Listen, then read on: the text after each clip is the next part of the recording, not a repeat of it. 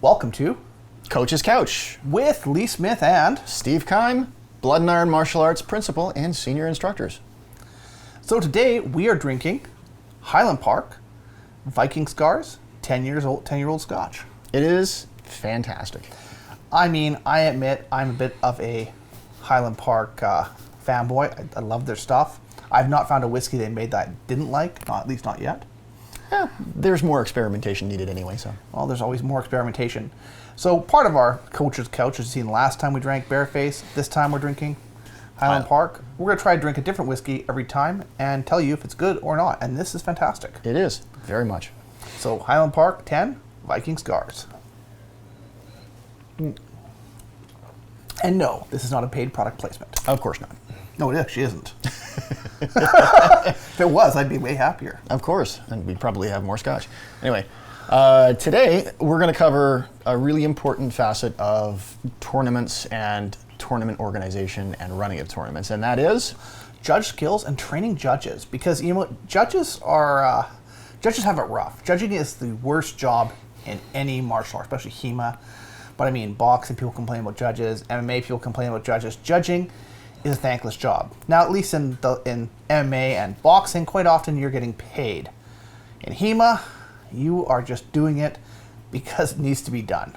it's an essential service. If there were no judges, there'd be no tournaments.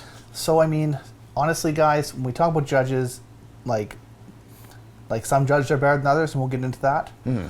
But let's start with what you can expect from a judge. Like you as a fighter, what can you expect from a judge? Let's start with they're human. Mm-hmm. They're human beings. Like, if they're at an event, they're probably tired, they're probably distracted. Like, I mean, even the best judges get tired. Absolutely. So, I mean, they're human beings, number one. You got to treat them like humans. They're not computers, they're not machines. They can't go for 15 hours in a day and not have some semblance of exhaustion, which is going to affect their performance. They're going to make mistakes. There is no way around it. I mean, you do have some pretty, like not as ideal judging out there. At the same time, you can have a judge who's really skilled have a bad day. And you know what? Maybe they've been judging the entire event. I've seen some judges who are just like workhorses be on the floor for 8 hours straight. I mean, I actually started to enjoy coffee at a HEMA event because I needed the caffeine to go for the 14-and-a-half-hour day that I spent judging, running, and competing. So it is mentally exhausting, it is physically exhausting, it is not an easy thing to do. And to be honest, if you're going to judge a judge, you should probably judge a tournament yourself and see how well you do. Or learn to. I mean, so let's talk about, like, one day you're going to be in their shoes. This is what you should expect, that one day someone's going to call you out if you don't judge. Like, personally, if I see someone at an event and they just show up to fight, they don't want to help, they don't want to volunteer, I'm probably not going to treat them really well. To be honest with you, I'm probably not. Yeah. Everyone needs to put in an effort. I mean, if you want a HEMA tournament to run smoothly, you're going to need judges to do jobs like that. And the more judges you have, the less exhausted they're going to be, and the more effective your judging staff is going to end up being in the long run. It's true. Honestly, people hate hearing that truth, but it is. So you got to understand, judges are so essential that if they're not volunteering, there's no tournament. You can't just have a tournament with no judges. I mean, you can, but I mean, you're not going to have standardization. That's a whole different topic. And the quality of the judging is going to go down because people cheat. People cheat, people bend the rules. There's all sorts of, I mean, even people get tired. They get tired, they miss stuff. They could be the most honest judge in the world, but if you've got them in the ring with you for 10 hours or more, they're going to end up missing some calls. Yeah, you got to let them off easy. Mm-hmm. That being said, like, now we're going to get into what you can expect as a judge, because you got to put yourself in the judge's shoes. You really do. And I mean, it's a thankless job. There's so many competitors. You could be judging your close personal friends or people you just think are absolutely vile, but you're gonna need to be impartial with all of them because it needs to be fair. Yeah, and it sucks. Like, I'm not gonna lie, it sucks. Like, I mean, yeah, you're sitting on the sidelines, you're hoping your buddy wins, but he just takes 3 headshots. You can't be like, yeah, you know, maybe he needs a 4th. Yeah.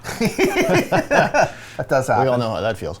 Yeah, we've all been there. But I mean, at the same time, right, you have to be impartial, at least to your best. People will complain a lot. They'll be like, why is only one club judging? And I'll be like, well, did you volunteer anyone? Well, we didn't really volunteer. We can judge. Oh, well. I mean, you can't really complain about the judges if you're not putting in an effort yourself. That's correct. What you can expect as a judge: sore feet and tired eyes. Very tired eyes. I mean, we've been at tournaments where one tournament I like literally had to judge and direct until my feet bled.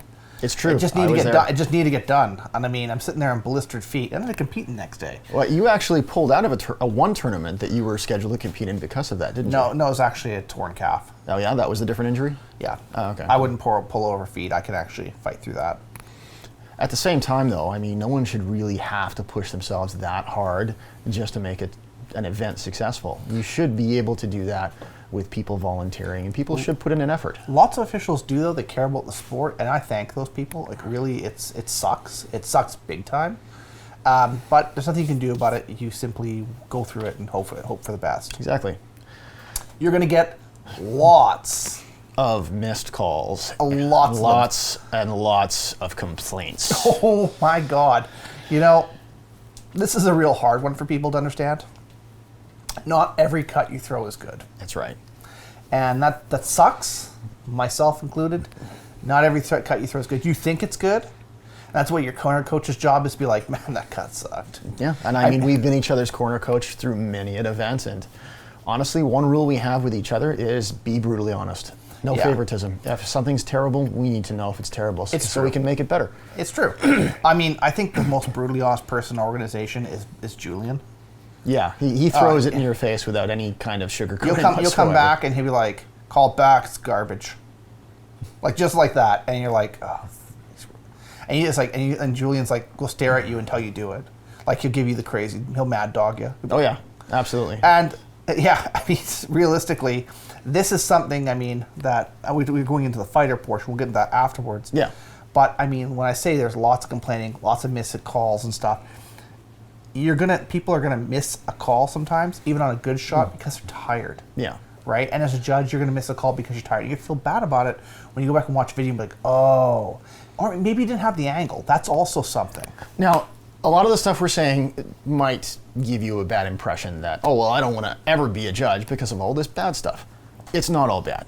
It really isn't. Yeah, you get some ringside view to some exceptional fights. You'd be Absolutely. closer than anybody else.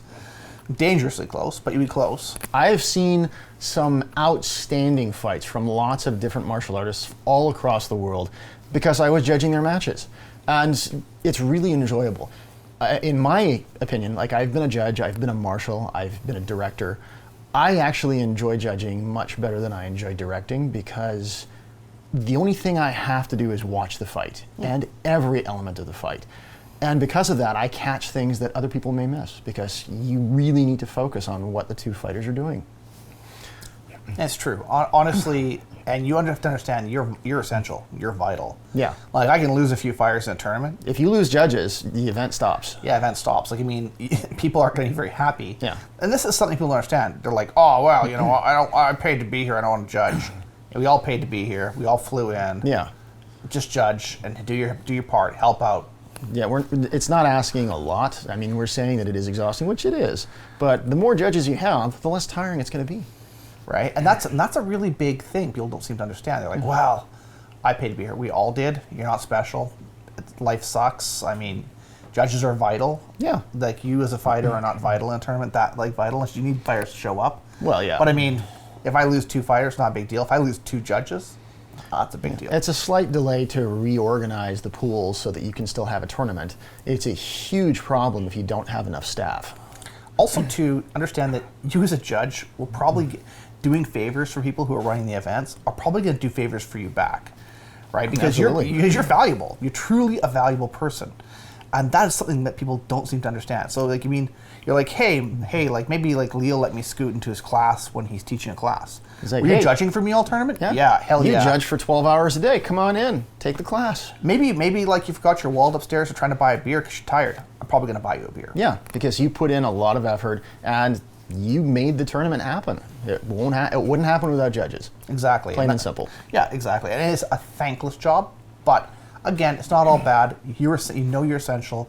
You have a very valuable role to play. And you get to see a lot of stuff and a lot of fights up close. Which will help you with your own fighting long term if you know how to really harness that skill. Exactly.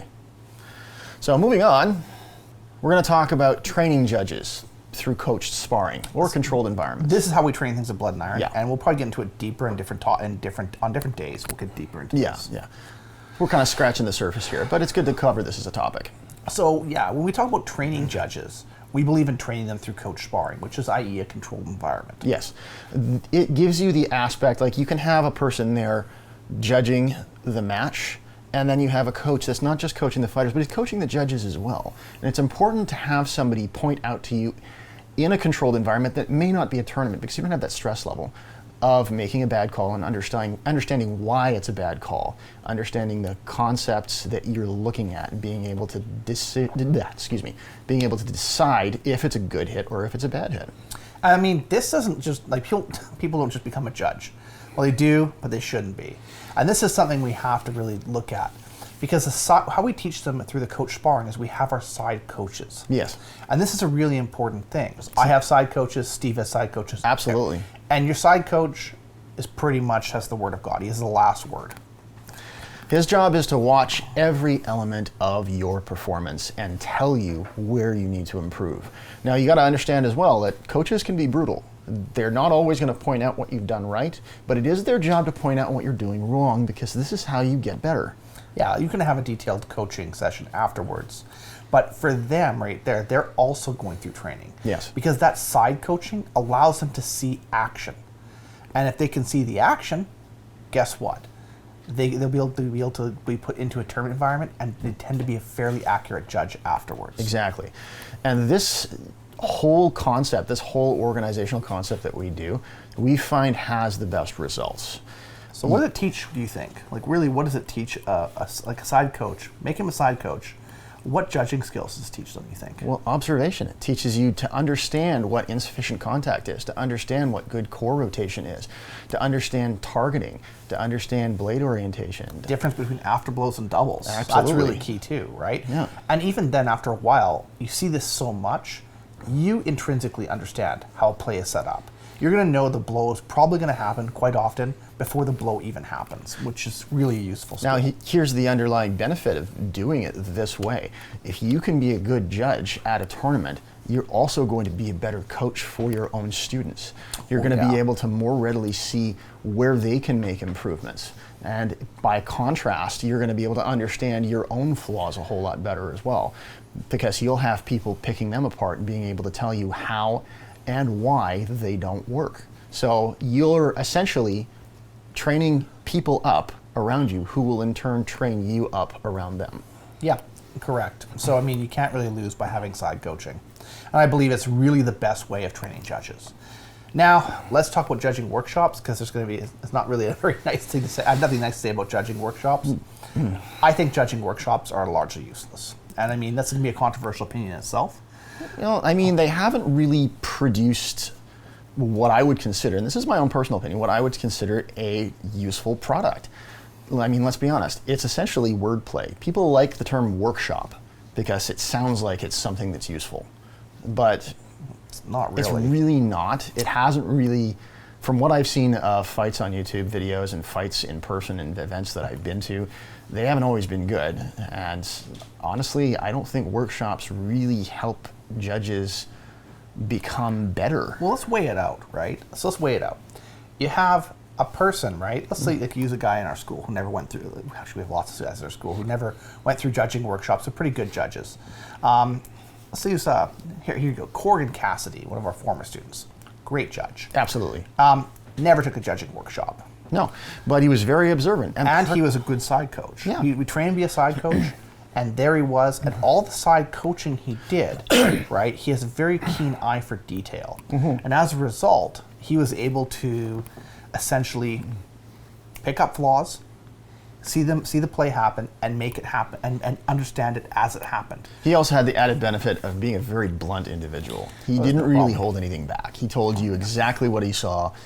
I mean, it wasn't always right, but it was always honest. Yeah, and that's the thing great. too, right? So I kind of look at this, and when we go back to why I think judging training workshops are usually useless is you have a guy like Corrigan who's there, let's say 4 times a week, 3 times a week, judging sparring, like essentially he's judging sparring for probably an hour a week. Yeah. prior to tournaments, so 6 months of that, right? Total side coaching, okay?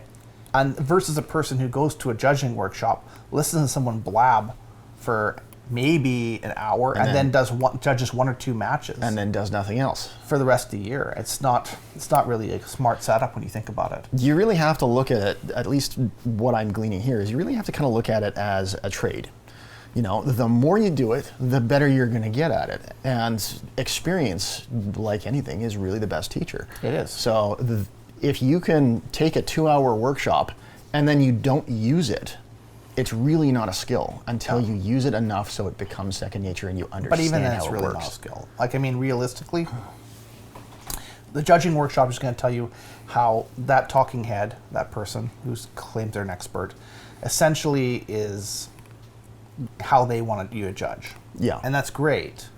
I mean, you'd be better off just having an orientation. But And I mean, you go through one of those at the beginning of every event. But it's just like training, right? You don't just like go take a few workshops at a HEMA event and then go fight in a tournament, and then don't do any training for the rest of the year. You don't do that. Well, if you apply that logic to judging, you should be training your judging prior to the event. One of the things I would always recommend to people if you're running a club is every time you have sparring, you should have judging and side coaches. Exactly. For them. Every single class that you spar, this needs to happen. And it'll just not only benefit your club, it'll benefit the events you go to. Because when you can walk into an event and have 15 trained judges, I mean, you're really quite valuable. You're a valuable person. Yeah, absolutely. You'll be an invaluable person every time you go to an event. Correct. I mean, let's be fair. If you're a good judge, you go to an event, people are going to want you to judge because you're a good judge. It's not a bad thing. It's a really good thing, actually. It might also mean you get club discounts too. Exactly. So that's also something. So why are some judges better than others? Well, I mean, what makes a good judge?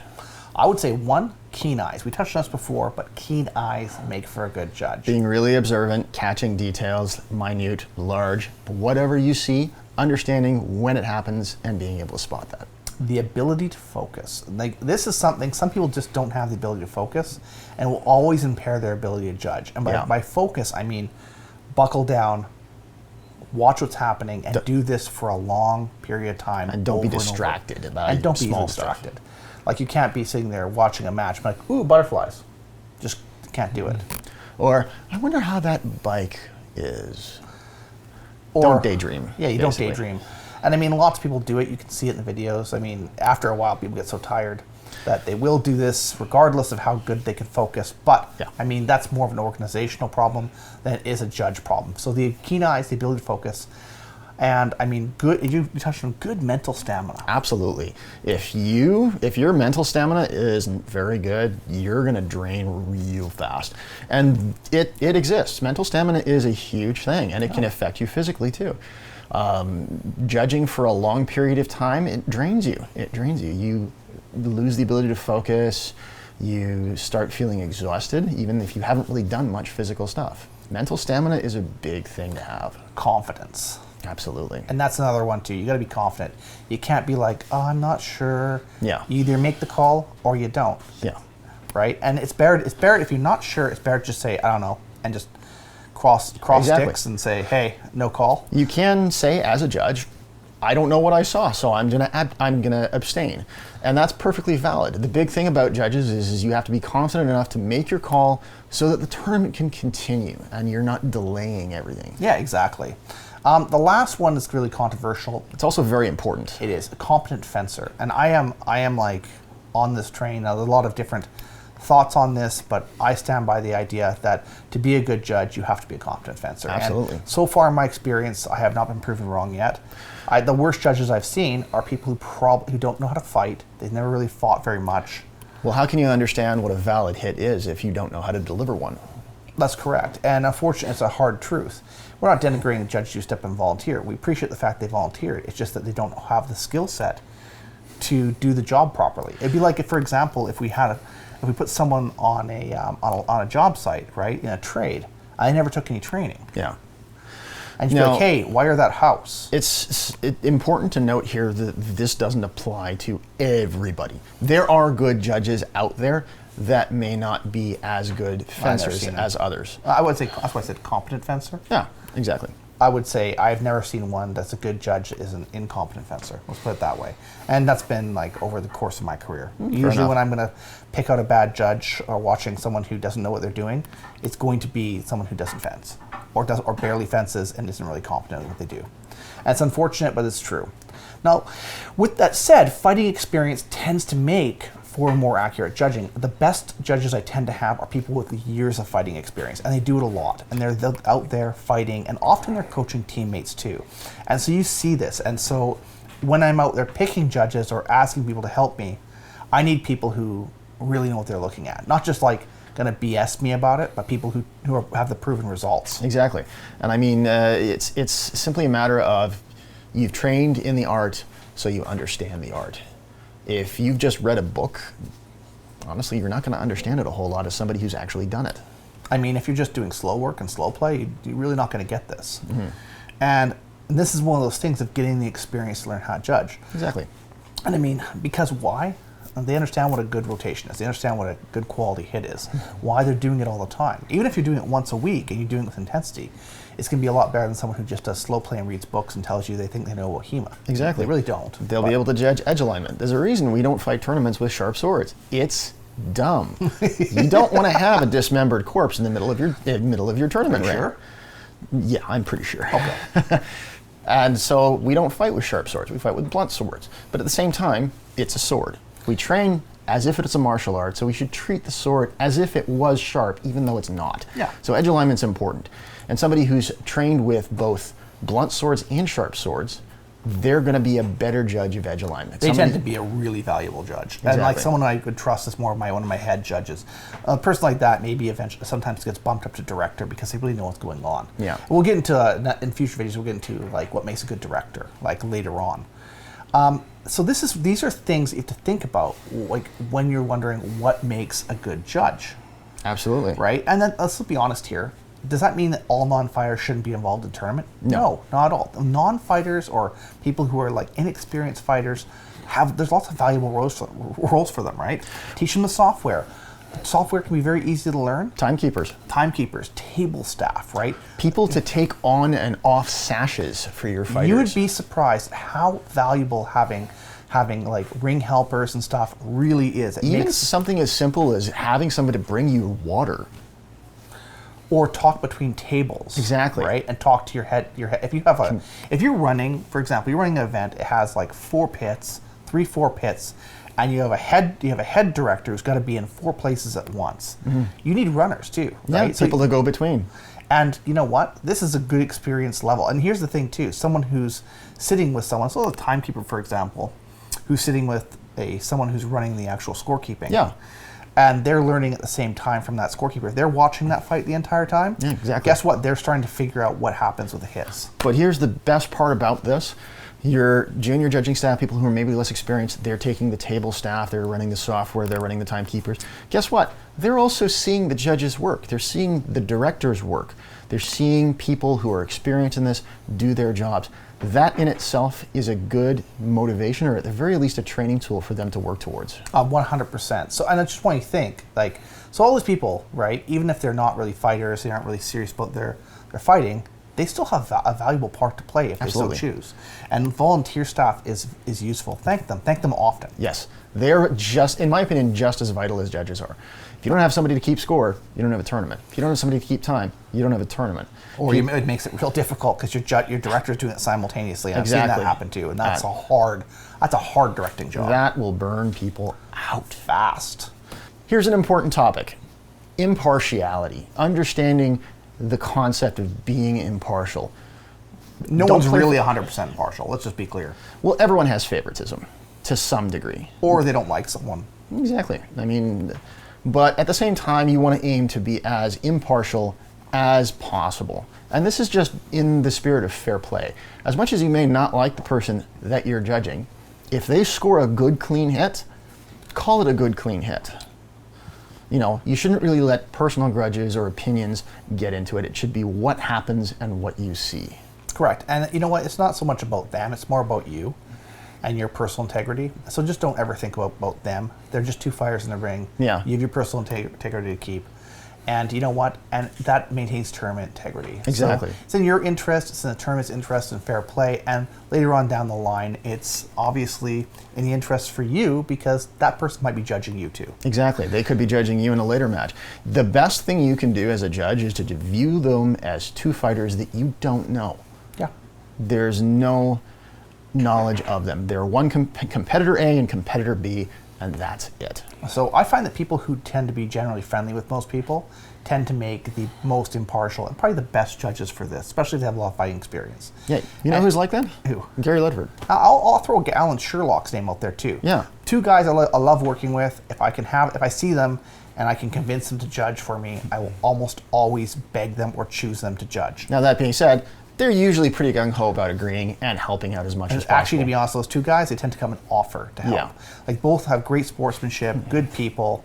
I mean, this is something that you look for in a judge. And then you be sure to treat them well because realistically, guys like that don't come along very often and you want to have them in your pits.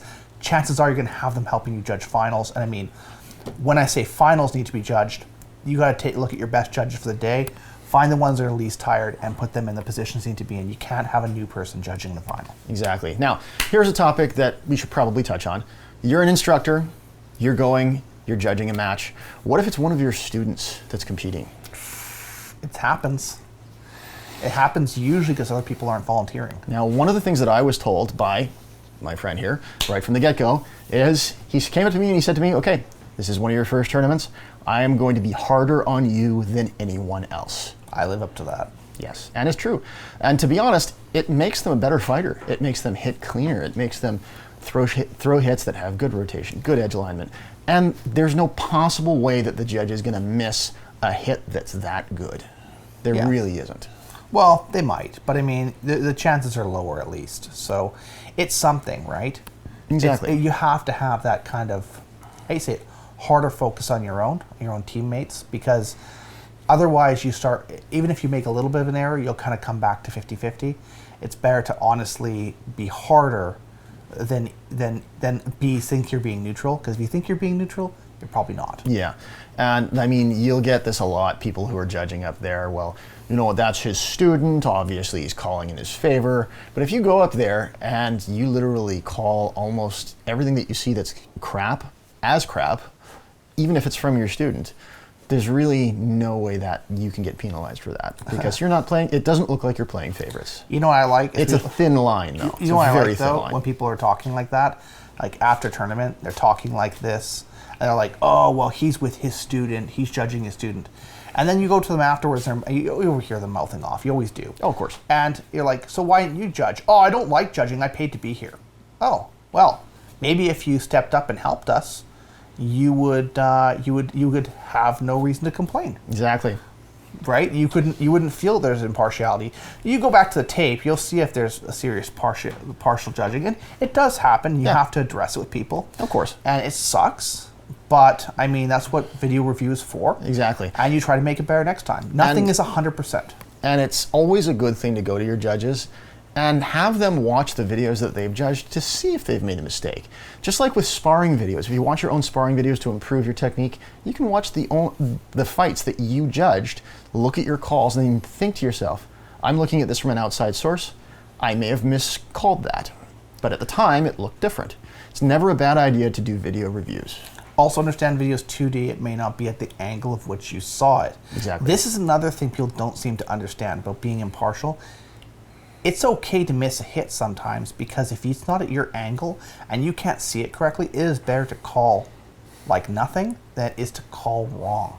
Yeah, a lot of times don't call, if you're not sure, you shouldn't call it. That's what I usually tell people, but at the same time, mistakes can happen. But the one thing you should always encourage your judges not to do is don't look at the other judges before making a choice. Don't do that. Yeah, it's honestly a pretty big deal. It really is. It happens a lot, and I mean, it's human nature to try to appease your peers, because these are your peers in the ring you're with, and everybody wants to feel that they're part of that, and they don't want to be the odd person out. And this is a human nature thing. Yeah. It's very hard to overcome. We do our best, but nothing's perfect. You should discourage your judges from doing that. And I mean, this could also dial back to a confidence issue. If you're not confident in the call you're going to make, sometimes you look to what other people are calling to try and figure out if you've made the right call. Don't do that. If you're not confident in what you saw, don't call it. That's a better decision to make. But if you're sure about what you saw, regardless of what anyone else saw, call what you saw. Closing remarks? Like, judging is hard. It sucks. It's a necessary job. It really is. You can't have a tournament without a judge, without staff, without judges, specifically judges, because, I mean, you're not going to have an event. Yeah, you're not going to have a tournament. Like, you're like, hey. And you know what? Honestly, if you're too hard on your judges, people just aren't going to volunteer. If you are too soft on your judges, you're going to get and have no standards. You're just going to have poor quality judging at your tournament. Exactly. So you got to have a nice middle ground. It's a thankless job. It's an exhausting job. I mean, it gets you a lot, though. Judging gets you front row seats, great fights. And it makes sure you have tournaments for you, your students, your friends, and stuff Exactly. to fight in. It gives you a reason to go places. So it's necessary. It sucks. You're going to have to just suck it up.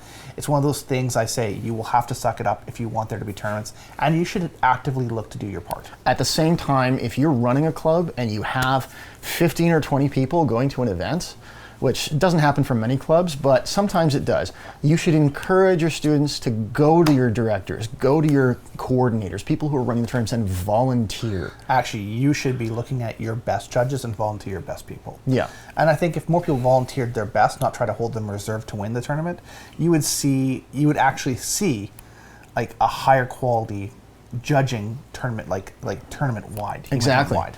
Exactly. The more staff you have, the smoother tournaments are going to be, the less tired your good judges are going to be, because you really want to save, you might want to save them for the eliminations matches, the finals matches, the gold medal matches, because this is crunch time. This is when you want to have your best eyes available. And they're only going to be your best eyes if they're not your most exhausted eyes. That's correct. And also take into account, right, that just because someone can judge longsword doesn't mean they can judge rapier. And vice versa. So make sure you know what they have experience with, so what they can judge. Not everyone is really going to be a great judge.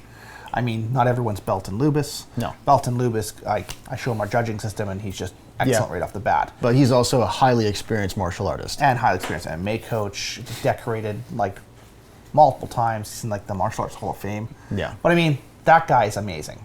But let's just be honest, not everyone's him. No. So, and most of us aren't him. So just accept that and move forward.